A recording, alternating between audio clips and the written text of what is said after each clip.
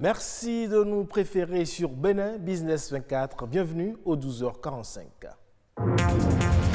Ce 7 novembre, on célèbre la journée internationale de l'écrivain africain, une journée qui met en lumière les hommes et femmes de lettres et les difficultés auxquelles ils sont confrontés pour l'édition et la vente de leurs œuvres. Et eux, ils sont de plus en plus menacés par les activités humaines et le changement climatique. Ce sont les oiseaux migrateurs. Quelle stratégie mettre en œuvre pour leur sauvegarde? On en parle avec les acteurs de la promotion de l'environnement. Et puis des chaussures made in Bénin, il en existe aujourd'hui suffisamment sur le marché, à telle enseigne qu'il y en a qui se font une place de rang, des chaussures de première qualité.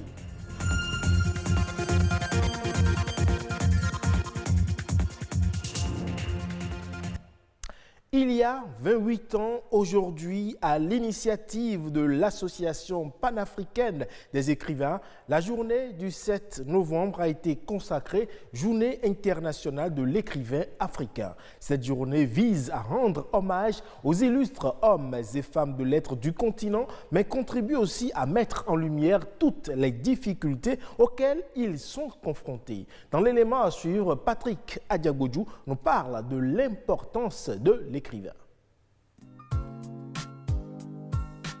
Le continent africain célèbre, à l'instar de la communauté internationale, ce 7 novembre 2020, ses écrivains. Un écrivain est une personne qui a l'art de rédiger des ouvrages littéraires. Il peut aussi être désigné par l'expression homme de lettres ou femme de lettres. Sont considérés comme écrivains celles et ceux qui pratiquent un métier relevant de l'écriture littéraire, à savoir les romanciers et romancières, les essayistes, les nouvellistes, les poètes, les fabulistes, les dramaturges, les critiques littéraires et les pamphlétaires. Depuis 1992, à l'initiative de l'Association panafricaine des écrivains, la journée du 7 novembre est consacrée à l'écrivain africain. Des hommes et des femmes de lettres du continent dont l'art de dénoncer, de sensibiliser, d'éduquer, d'éveiller les consciences de leurs contemporains sur les faits de société ont toujours pris une part importante dans l'histoire du continent. Au cours de cette journée, il est question de rendre hommage aux écrivains africains, ceux-là même qui sont quotidiennement au cœur de la formation et de l'épanouissement des Africains. Ce 7 novembre, l'Afrique met un accent particulier sur les difficultés auxquelles font face les écrivaines et écrivains, à savoir les difficultés d'accès aux maisons d'édition, difficultés de vente de leurs œuvres, difficultés pour se faire une place au soleil. Au Bénin, le cercle des écrivains ne cesse de s'élargir. Des hommes de lettres à travers leurs plumes contribuent à leur manière à l'évolution de la littérature béninoise, dont les productions ne sont pas connues. Il revient aux maisons d'édition locales de les promouvoir pour un meilleur rayonnement de la littérature béninoise.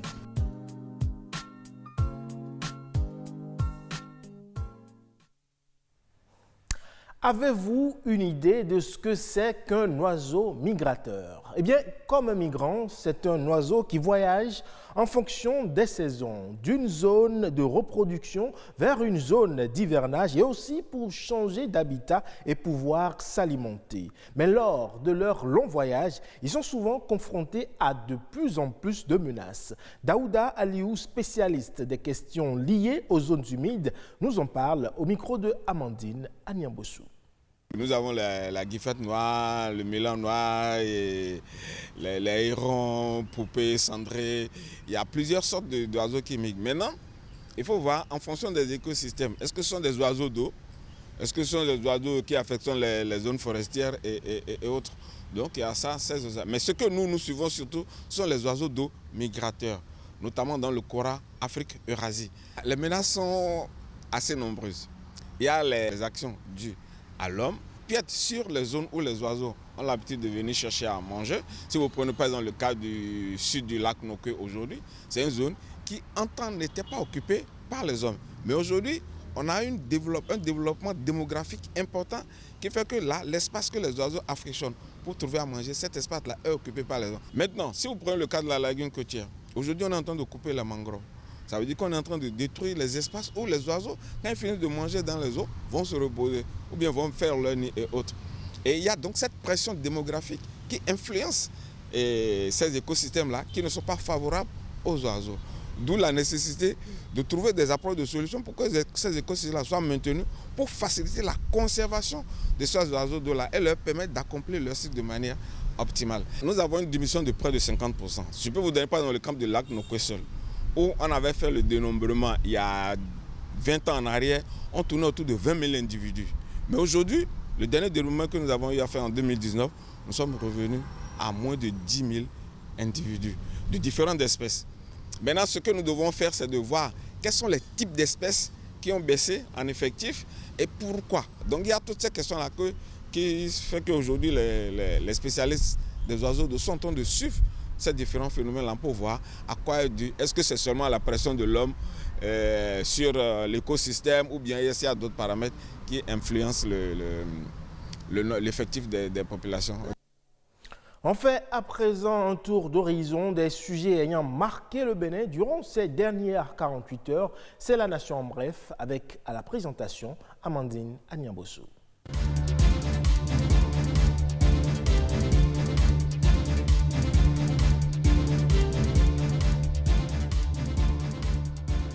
Programme spécial d'insertion dans l'emploi, la 4e cohorte de candidats a été auditionnée.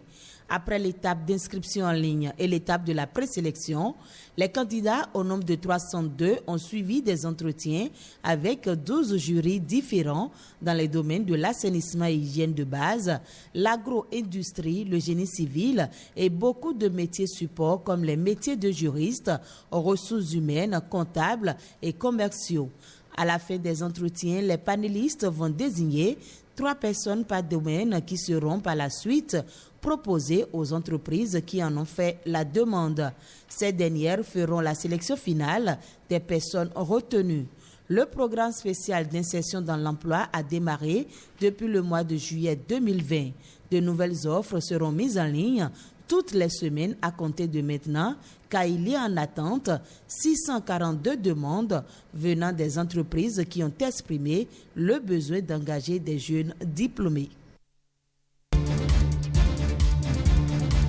Valoriser le métier d'archiviste documentaliste, c'est l'objectif de l'UNAPAC Bénin. L'Union nationale des professionnels d'action culturelle du Bénin a été portée sur les fonds baptismaux pour permettre aux acteurs de cesser d'être les derniers sur la liste quand on parle des professions au Bénin. La question des archives est assez importante. De par sa profession d'officier de justice, il en déduit que les acteurs sont dans un métier noble dont l'importance et l'utilité doivent être révélées par eux-mêmes. Et avec l'avènement des nouvelles technologies, ce secteur subit des mutations. À ce titre, les documentalistes et archivistes doivent réfléchir à comment s'adapter aux nouvelles mutations induites par les nouvelles technologies de l'information et de la communication. Congrès extraordinaire de la Fédération béninoise de football, la rencontre est prévue pour le 27 novembre prochain. Ces assises ont été décidées par le comité exécutif de l'institution aux fins de définir le format et les modalités pratiques du déroulement des championnats de la saison 2020-2021. À cet effet, l'élection des délégués des clubs des ligues départementales de football amateur et des femmes se fera les 13 et 14 novembre prochains.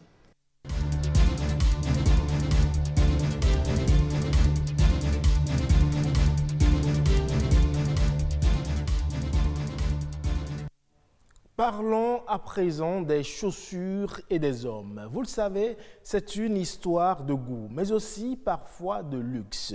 Lorsqu'il s'agit d'aller au travail ou à une manifestation d'envergure, ce sont les chaussures importées qui sont de plus en plus prisées. Et pourtant, au Bénin, grâce à des créateurs de mode, aujourd'hui, le Made in Bénin commence à se faire une place au rang des chaussures de première qualité. C'est ce que nous dit d'ailleurs ce reportage. Il existe sur le marché béninois différentes variétés de chaussures pour hommes. Ce sont des paires italiennes en double cuir. La semelle elle est en double cuir, c'est sa spécialité. Nous avons ensuite des tapettes. des tapettes avec des cordes à l'arrière. Nous avons aussi les paires basses. C'est aussi un modèle. Les paires basses, c'est aussi un vieux modèle qui est revenu, qui a été remodélisé. Nous avons les bottines aussi. C'est pour ceux qui... Il y a beaucoup de gens qui n'aiment pas porter des chaussures coupées. Donc quand c'est une bottine, ça, ils sont plus à l'aise dedans. La majorité des clients qui achètent leurs chaussures en prêt-à-porter misent sur leur qualité et leur résistance. Dans le secteur privé, ceux qui sont tenus de s'habiller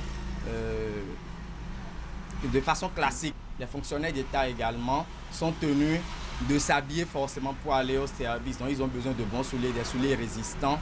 Mais qu'en est-il alors des chaussures fabriquées au Bénin? Nul n'est prophète chez soi. Parce que c'est fabriqué au Bénin, la psychologie du Béninois est que ce n'est déjà pas de la bonne qualité. Il faut qu'il s'approprie une paire italienne. Vous voyez, ça c'est un premier inconvénient. Le second aussi, plus les cordonniers béninois ils mettent de la matière, plus la chaussure, le coût de la chaussure est élevé. Vous voyez, et en plus comme c'est fabriqué au Bénin, le coût élevé, les gens n'adhèrent pas du tout à ça. Vous voyez, donc ils sont obligés de fabriquer des chaussures avec des semelles en élastomère. Vous voyez, ce qui fait que quand les gens commencent par le porter, il suffit juste que un peu de temps, la chaussure commence par se gâter déjà derrière le bas. Nul n'est prophète chez soi, mais contrairement aux idées reçues, le Made in Bénin n'est pas forcément du bas de gamme. Puisqu'on exporte nos chaussures aussi en Europe, parce qu'il y a des fois en Europe, on participe, eux-mêmes nous exigent de vendre ça à un prix qui est le triple même de ce qu'on vend ici. Parce qu'eux, ils ont des experts en la matière qui valorisent, disent que non, ça, vous ne devez pas vendre ça à ce prix-là. Et nous exigent de vendre ça à tel prix. Les matières utilisées pour confectionner les chaussures faites au Bénin sont choisies avec soin pour le grand bonheur des clients. Ils ont les chaussures en peau de crocodile, et appelées communément coco, et les peaux d'iguane. Il y a la peau d'iguane aussi. Donc ils font des tapettes en peau d'iguane. Moi j'ai déjà commandé 2 chaussures encore pour la fin d'année. Clairement, moi j'aime les trucs qui sont faits chez nous ici, parce que je trouve plus la qualité dedans et le prix aussi c'est abordable. Donc je préfère acheter chez moi et je crois que c'est donner un coup de pouce à l'économie de chez moi. Dans le but de développer mon pays, je me suis lancé dans la fabrication des matières premières, dans la fabrication des chaussures. Qui demande la main-d'œuvre béninoise et aussi parce que nous on travaille le local, les peaux, donc on peut les retrouver facilement en Afrique et au Bénin aussi. Il est possible de faire des chaussures Made in Bénin, un label de qualité, une référence aussi bien au plan national qu'international. Et c'est tout pour ce 12h45 que vous pouvez suivre sur le site de l'ORTB, www.ortb.bj. Portez-vous bien et à très bientôt.